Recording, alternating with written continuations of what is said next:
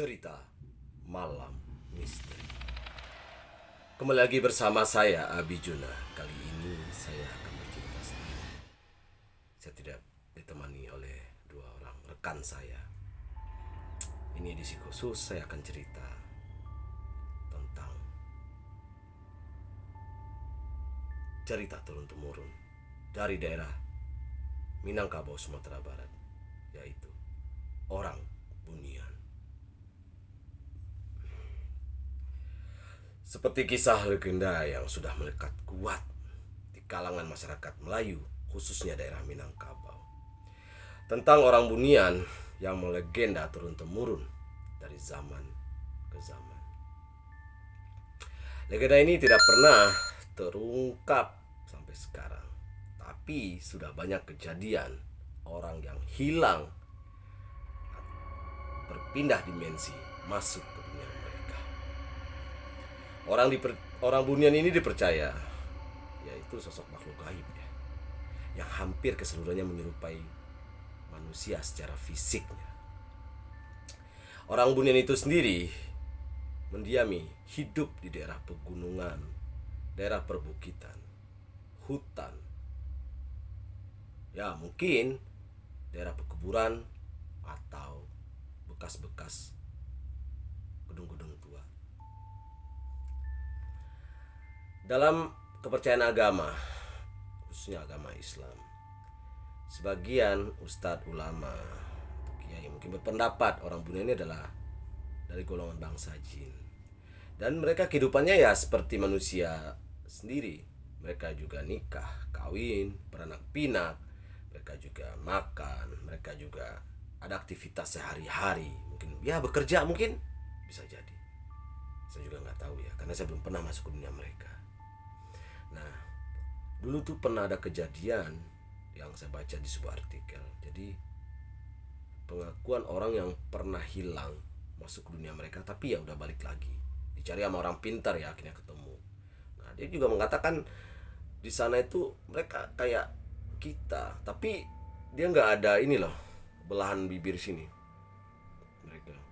Terus mungkin apa yang mereka makan itu ya, ada juga yang bercerita di kanal YouTube sebelah yang bilang setelah dibawa itu makanan pas dia keluar dari alam tadi itu ya kayak bangkai tikus, kayak ya mungkin ya kayak kotoran gitu, bangkai-bangkai apalah gitu yang dimasak. Tapi yang pas saat kita di dunia mereka itu kita melihat seolah-olah seperti makanan apa yang kita makan sehari-hari gitu loh.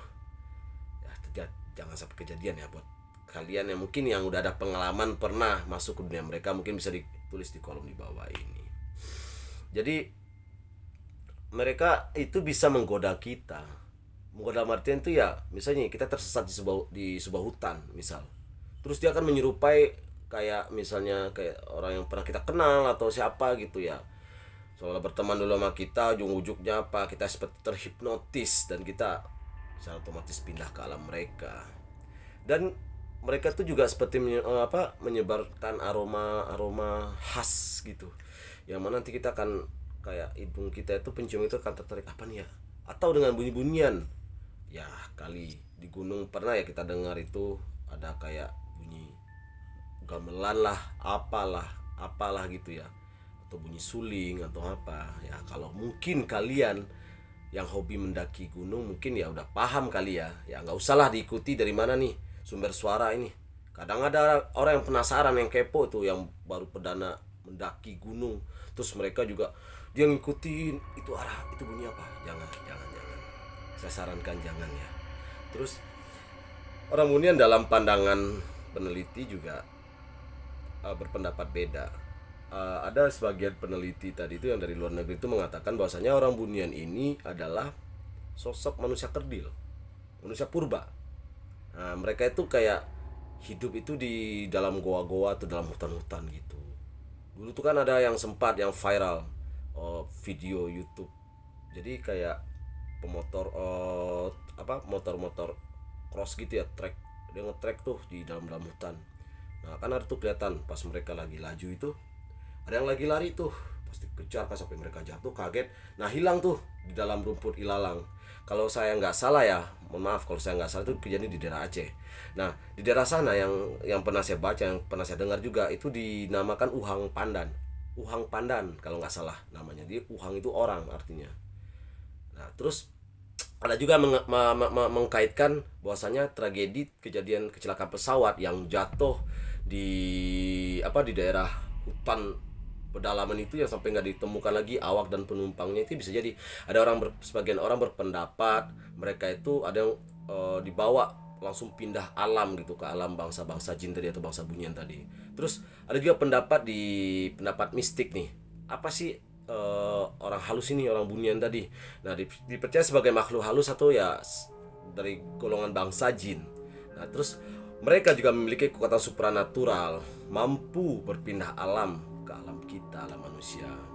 Nah, ada juga yang mengatakan apabila kita telah memasuki dunia mereka, kita jarang ya, kemungkinan tipis kita bisa keluar gitu. Tapi ada mungkin yang memang itu jalan hidupnya, ya akhirnya mereka berhasil lolos keluar, dikembalikan ke alam manusia. Wallahualam.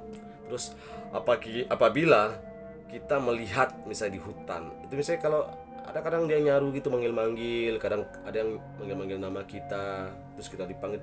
Jangan pernah kalian ikutin sumber suara tadi, saya sarankan jangan.